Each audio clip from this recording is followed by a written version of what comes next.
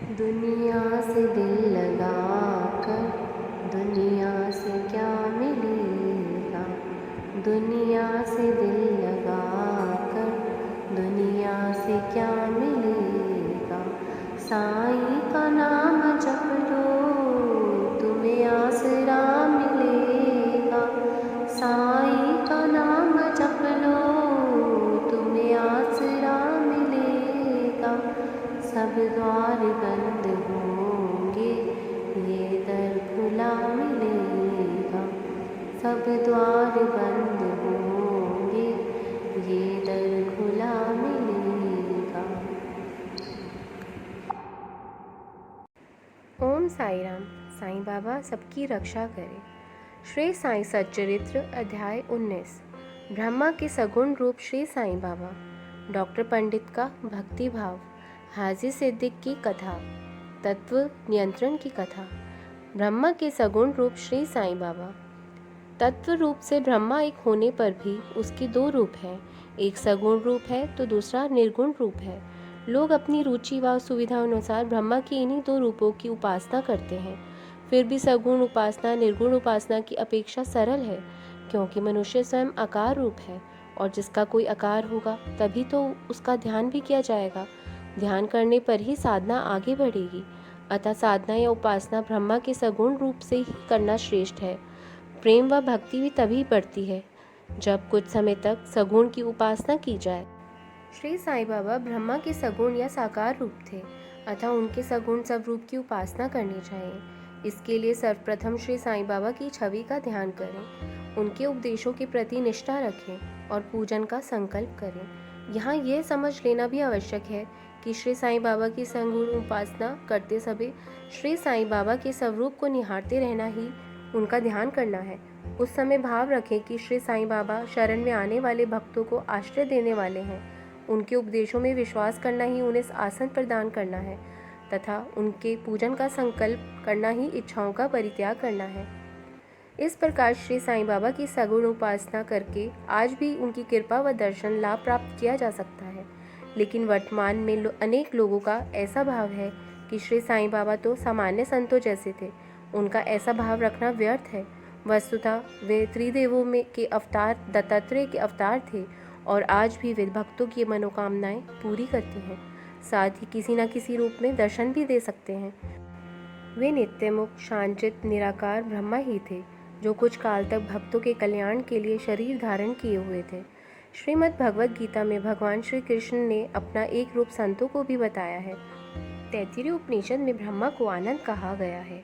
श्री साईं बाबा वही आनंद स्वरूप थे। शिरडी के लोग उन्हें ब्रह्मा के रूप में ही पूजते थे।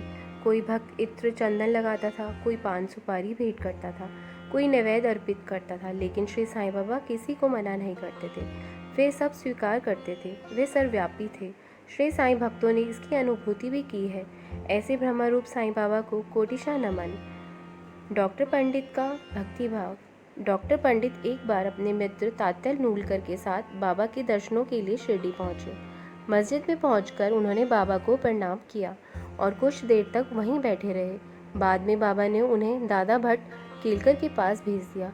केलकर के यहाँ उनका उत्तम ढंग से स्वागत किया गया। फिर दादा भट्ट व डॉक्टर पंडित दोनों ही पूजन के लिए साथ साथ मस्जिद पहुंचे। पहले दादा भट्ट ने श्री साईं बाबा का पूजन किया, फिर डॉक्टर पंडित ने पूजन किया। पूजन करते हुए डॉक्टर पंडित ने पूजा की थाली में से चंदन लिया और बाबा के मस्तक पर त्रिपुंड के आकार का तिलक लगा दिया, लेकिन बाबा ने कुछ भी नहीं कहा। उन्होंने मौन रहते हुए तिलक लगवा लिया। वहाँ उपस्थित भक्तों ने जब यह दृश्य देखा तो वे आश्चर्यचकित रह गए, क्योंकि वैसे तो बाबा का पूजन सभी किया करते थे, लेकिन चंदन केवल गले पर मालसापति ही लगाते थे। मस्तक पर चंदन का तिलक करने का आज तक किसी ने साहस भी नहीं किया था। लेकिन जब डॉक्टर पंडित ने बाबा के मस्तक पर त्रिपुंड के आकार का तिलक लगाया और बाबा भी कुछ नहीं बोले, तो सबको आश्चर्य होना स्वाभाविक ही था।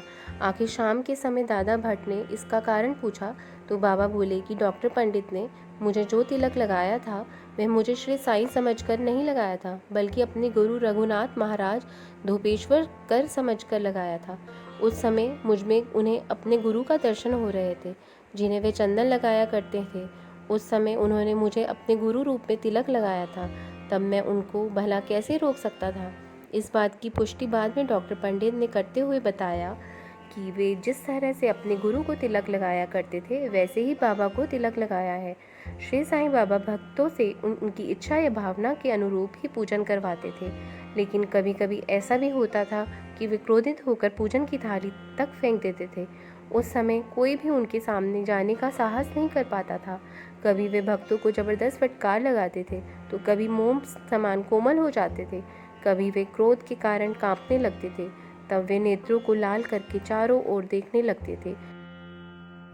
कुछ समय बाद जब वे शांत हो जाते थे तब प्रेम की गंगा बहा दिया करते थे और भक्तों को पास बुलाकर कहते थे कि उन्हें तो कुछ मालूम ही नहीं कि वे कब क्रोधित हुए थे। वे तो भक्तों के पास ही रहते हैं और भक्तों के प्रेम के वशीभूत हैं। हाजी सिद्दीक की कथा। सिद्दीक फाल के मुसलमान थे और कल्याण के रहने वाले थे। हज करके लौटने के बाद वे शिरडी आए और चावड़ी के उत्तरी भाग में रहने लगे।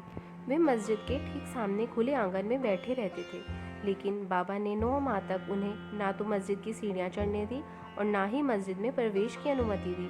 फलस्वरूप सिद्दीक हताश हो गए और सोचने लगे कि क्या किया जाए। शिरडी के कुछ लोगों ने उन्हें धैर्य बांधते हुए कहा कि आशा का दामन मत छोड़ो। श्यामा श्री साईं बाबा के परम भक्त हैं, वही तुम्हें बाबा तक पहुंचा सकते हैं। लोगों की बात फाल्के को समझ में आ गई। फिर उन्होंने एक दिन श्यामा से अनुरोध किया कि वे उन्हें बाबा के दर्शन करवा दें। श्यामा ने उन्हें आश्वास कर दिया। फिर एक दिन जब श्यामा बाबा के पास बैठे थे तो उचित मौका जानकर बोले कि साईनाथ, आप उस वृद्ध हाजी को मस्जिद में प्रवेश क्यों नहीं करने देते? आपके दर्शनों के लिए इतने भक्त यहाँ आया करते हैं, फिर उससे आपकी क्या दुश्मनी है? कम से कम एक बार तो उसे दर्शन देकर आशीर्वाद दे दो। तब बाबा बोले कि श्यामा, तुम बड़े नासमझ हो। जब अल्लाह ही उसे मस्जिद में नहीं आने देता तो मैं इसमें क्या कर सकता हूँ? अल्लाह की मर्जी के बिना तो कोई भी मस्जिद की सीढ़ियाँ तक नहीं चढ़ सकता। फिर कुछ रुककर पुनः बोले कि अच्छा, तुम एक काम करो, उससे पूछ कर आओ कि 12वीं कुएं की नीची वाली पगडंडी पर आने के लिए क्या वह राजी है। श्यामा हाजी के पास गए और सकारात्मक उत्तर लेकर बाबा के पास पहुँचे। बाबा ने श्यामा से फिर कहा कि उससे पूछो कि वह 4 बार में मुझे 10-10 हजार रुपये दे सकता है। श्यामा हाजी के पास जाकर वापस लौटे और बोले कि देवा, उसने कहा कि यदि आपकी आज्ञा हो तो वह 40 लाख रुपए दे सकता है। तब बाबा बोले कि मैं मस्जिद में एक बकरा हलाल करना चाहता हूँ, उससे जाकर पूछो कि क्या वह खाना पसंद करेगा, बकरे का मांस, नाद अथवा अंकुश। श्यामा फिर हाजी के पास गए और उत्तर लेकर लौटे कि बाबा, आपके भोजन पात्र में से उसे एक ग्रास भी मिल गया तो वह स्वयं को धन्य समझेगा। इतना सुनना था कि बाबा एकाएक क्रोधित हो गए और मिट्टी से बनी पानी की गागर उठाकर फेंक दी। फिर कफनी उठाई और तेज तेज चलते हुए सीधा हाजी के पास जा पहुँचे और उससे बोले कि बेकार में ही नमाज क्यों पढ़ते हो, क्यों अपने श्रेष्ठ होने का दिखावा करते हो? वृद्ध हाजियों जैसी वेशभूषा तुमने क्यों धारण कर रखी है? क्या कुरान शरीफ तुम इसी तरह पढ़ते हो? हज करने का तुम्हें घमंड हो गया है, लेकिन तुम मुझे जानते ही नहीं। बाबा ने जब हाजी को इस तरह फटकार लगाई तो हाजी बुरी तरह घबरा गया।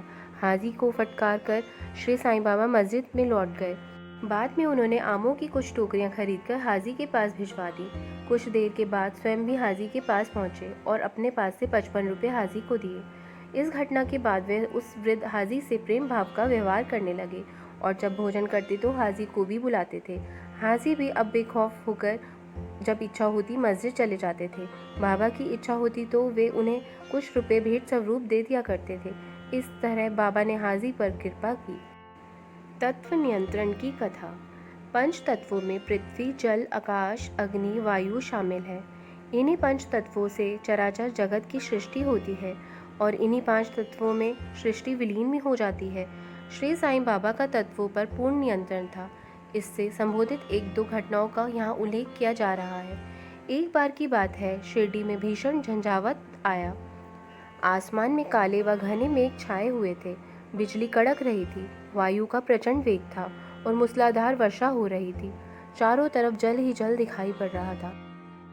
न केवल शिरडी के वासी वरन वहाँ रहने वाले पशु पक्षी भी भयाक्रांत होकर मस्जिद में इकट्ठे हो गए। शिरडी में वैसे तो अनेक देवियां हैं, लेकिन मदद के लिए कोई भी आगे नहीं आई। आखिर सबने श्री साईं बाबा से संकट निवारण की प्रार्थना की। श्री साईं बाबा को दया आ गई। वे बाहर की ओर मस्जिद के निकट खड़े होकर प्रलयंकारी मेघों को देखते हुए कड़क कर बोले कि बस करो, शांत हो जाओ अब। श्री साईं बाबा का ऐसा कहना था कि कुछ ही देर में वर्षा का वेग मंद पड़ जाएगा। वायु भी शिथिल हो गई, आंधी तो बिल्कुल ही समाप्त हो गई। देखते ही देखते आसमान में चंद्रमा उदय हो गया। तब सभी लोग प्रसन्नतापूर्वक अपने घरों की ओर चले गए। इसी तरह एक बार मध्य के समय मस्जिद में प्रज्वलित रहने वाली धुनी एकाएक प्रचंड हो गई। उसकी लपटें मस्जिद की छत तक पहुंचने लगी। धुनी की ऊंची उठती लपटों को देखकर मस्जिद में उपस्थित भक्तजन समझ नहीं पाए कि क्या करना चाहिए। जल डालकर अग्नि को शांत कर देना चाहिए या कोई अन्य उपाय करना चाहिए। बाबा से पूछने का किसी में साहस ही नहीं था। लेकिन बाबा तो अंतर्यामी थे, वे लोगों के भावों को समझ गए। आखिर परिस्थिति को भांपकर उन्होंने सटका उठाया और सामने के खंभे पर जोरदार प्रहार करते हुए बोले कि नीचे उतरो और शांत हो जाओ। भक्तों ने देखा कि साईं बाबा उस खंभे पर जैसे जैसे प्रहार करते जाते थे, अग्नि की लपटें शिथिल पड़ती जाती थी। कुछ समय बाद ही धुनी सामान्य दिनों की तरह जलने लगी। इस घटना का अपने मूल ग्रंथ में वर्णन करने के बाद हेमाडपंत कहते हैं कि श्री साईं बाबा ईश्वर के अवतार थे। जो कोई भी उनके आगे शीश झुकाकर उनकी शरण लेगा, वे उस पर अवश्य ही कृपा करेंगे। श्री साईं बाबा की लीलाओं का पठन श्रवण करने से दुखों की निवृत्ति होगी। केवल साईं स्मरण करते रहने से मनोभिलाषाएं पूर्ण होंगी।